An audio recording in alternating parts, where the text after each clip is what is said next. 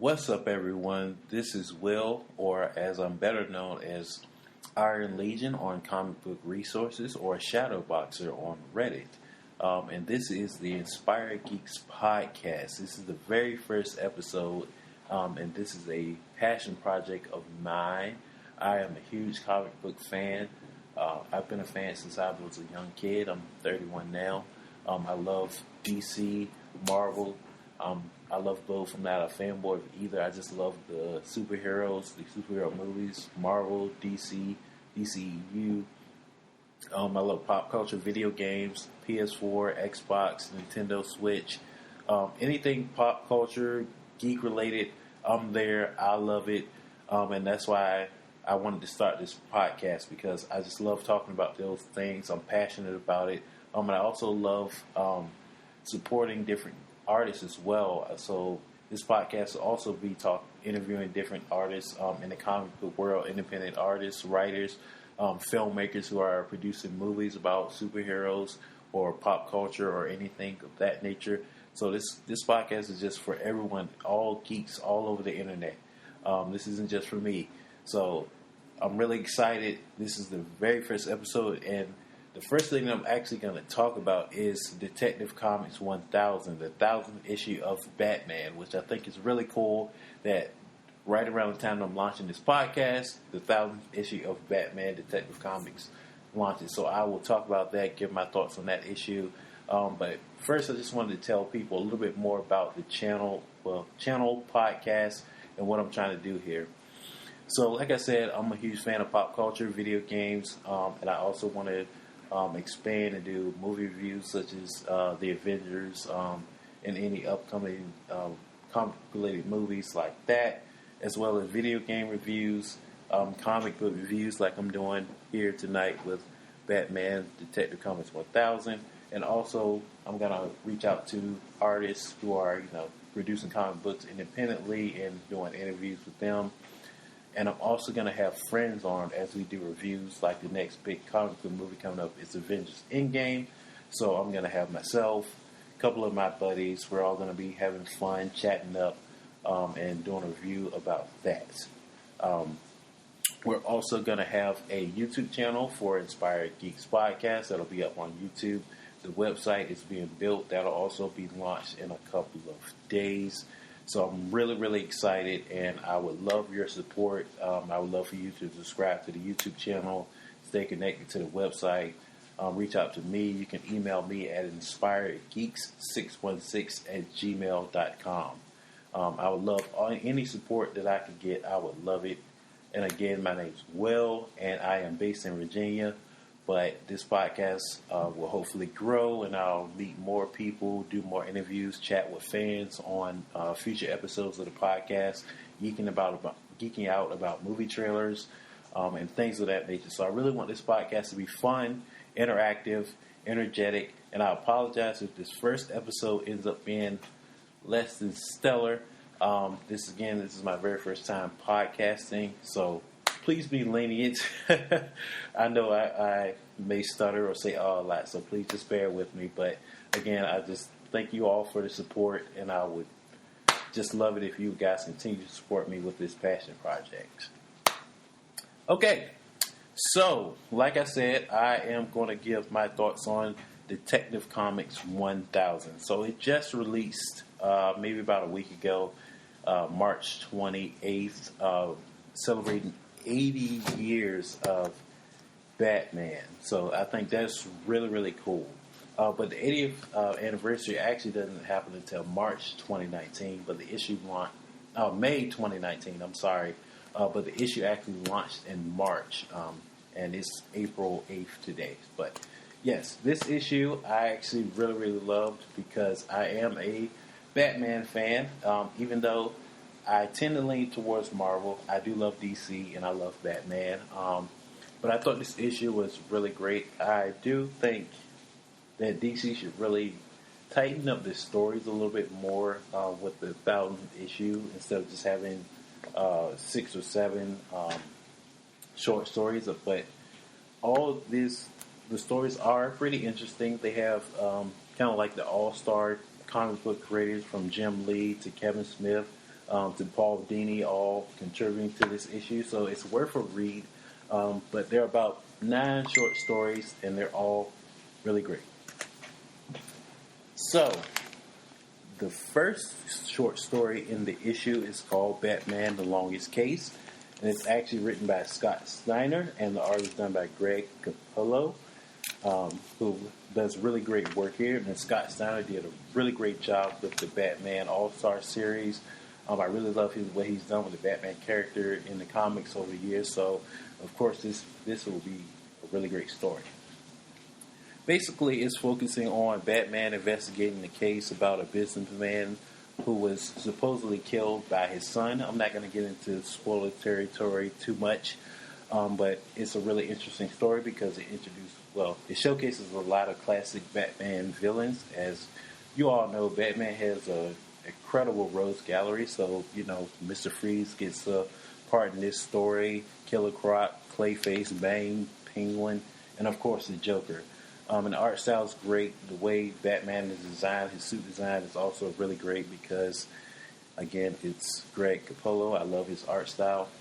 And the story, it's fun. It's typical Batman stuff. I'm not going to devolve into spoilers in case you want to pick up the issue and read it yourself. But again, on a scale of 1 to 10, I'd give it about an 8 out of 10 for that story. Really great work. If you love Scott Snyder like I do, that'll probably be one of your favorite short stories in the issue.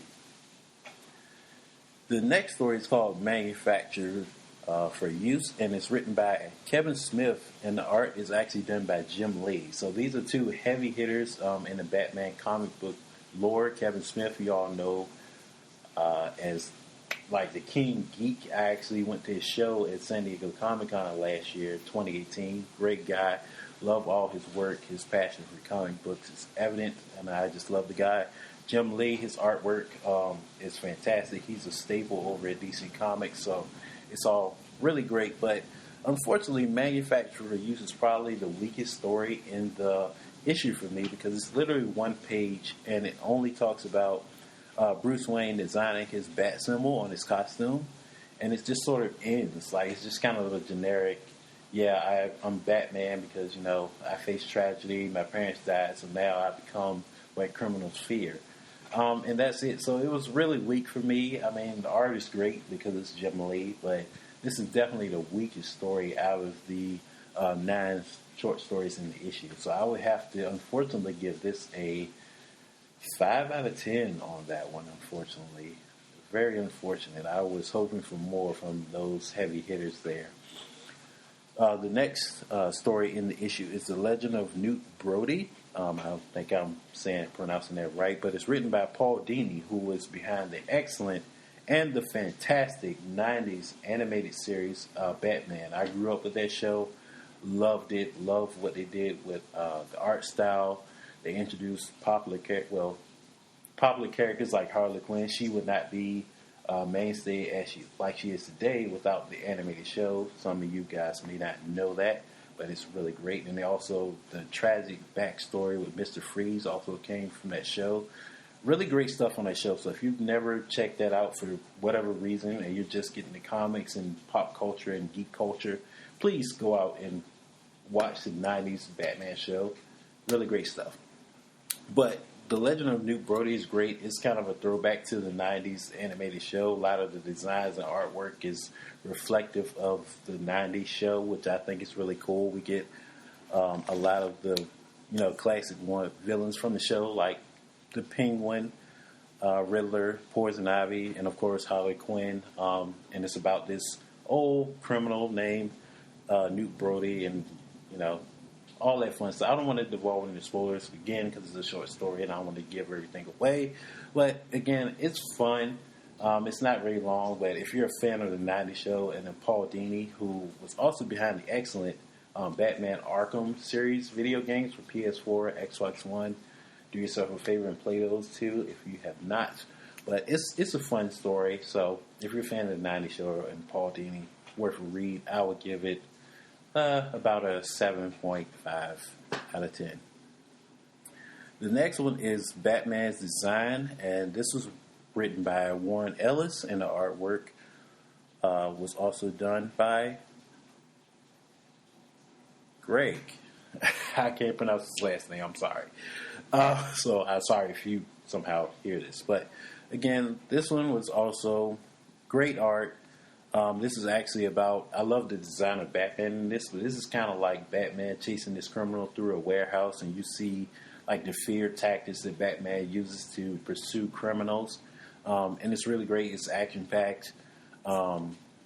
You get this perspective of how terrifying Batman might be to a criminal when, he's out there. Kind of like what they did with the Arkham games. So really fun stuff. Short story. Again, I'd give it maybe about a 7 out of 10 for that one too. The next story is Return to Crime Alley. Now, this one is probably one of the strongest for me. I always love stories that talk about Bruce Wayne and Batman, to his psyche and how the trauma of losing his parents shaped him as a person.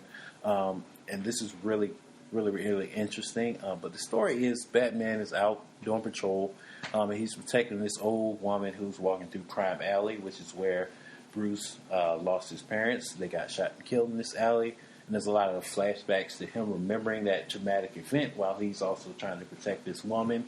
Really great stuff. Strong writing for Batman and the conversation between him and the old woman. Great stuff. Classic Batman. I would give that a solid 9 out of 10 for that short story. I love that story. Probably one of the highlights of the issue for me. The next story is actually called Heretic, and it's written by Christopher Priest, and the artist is Neil Adams. This one is also kind of forgettable for me. It's kind of like manufactured for use. It has some interesting art. I'm not really huge on the artwork for this one either. It's kind of hard to describe, but it's okay for what it is. It's another, Batman story, him pursuing criminals. Generic Batman stuff, doesn't really connect anything. But, again, it's a fun read. It's celebrating the character of Batman, Bruce Wayne, who he is, his crime-fighting ways. So, still okay, but, 5 out of 10 for me, too, for that one. All right. The next story is called I Know, and this is written by Brian Michael Bendis, and the art is done by Alex Millay. Sorry if I pronounced that wrong. This is another strong entry into the series. I love Brian Michael Bendis. If you have been reading his stuff when he was with Marvel, with Ultimate Spider-Man and Miles Morales, it's all well done, and it really translates well here for Batman too. His writing style and the artwork by Alex is really great. It pops off the page, and it's just a really great, interesting story too. It's about a group of villains, the Joker talking to Penguin and others about their many encounters with Batman, how they all failed, and how they should team up and try to take him down. Kind of like a Sinister Six kind of deal, but with Batman villains in this rogue gallery. Really interesting stuff. Also has a really great moment with an older Bruce Wayne that talking to a penguin, which is very interesting, and I won't spoil that again in case you want to pick up the issue for yourself. Really great stuff. I'll also give that a 9.5 out of 10. One of the highlights of the issue for me. Really great stuff. Love Brian Michael Bendis.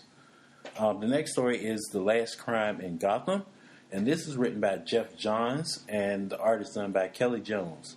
Now, if you're a geek like me for years, Jeff Johns is like one of the big guys. He's actually in charge of DC's slate of movie at Warner Brothers. He's like the creative head, I think.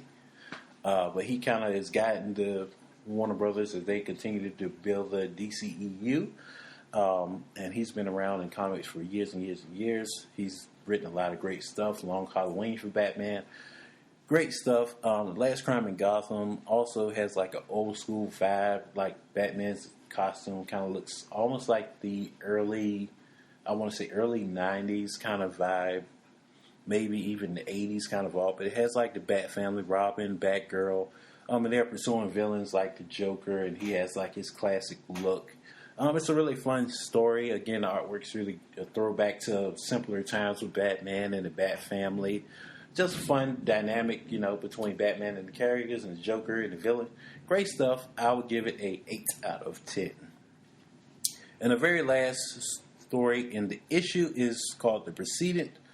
And this is written by James Tywin. And this one is for all of the Dick Grayson, Robin, Nightwing fans out there.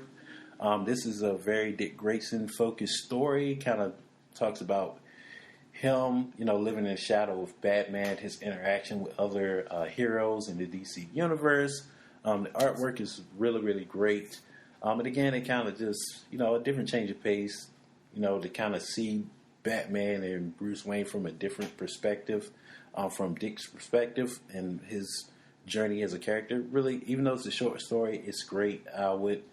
But not fantastic. I'm not a huge Dick Grayson fan. I like Dick Grayson, so I'm trying not to let my bias show. But it's okay, decent enough thing. If you're a Dick Grayson fan, though, definitely an interesting read. I would give it a solid 7.5 out of 10. Again, and that was the last story in the issue. But again, overall, I really think Batman 1000 is a great issue. It's a great celebration of Batman as a character, his many villains, his really great rogues gallery, and the different artists and writers who've worked on the comic series over the years. It's a really fun read.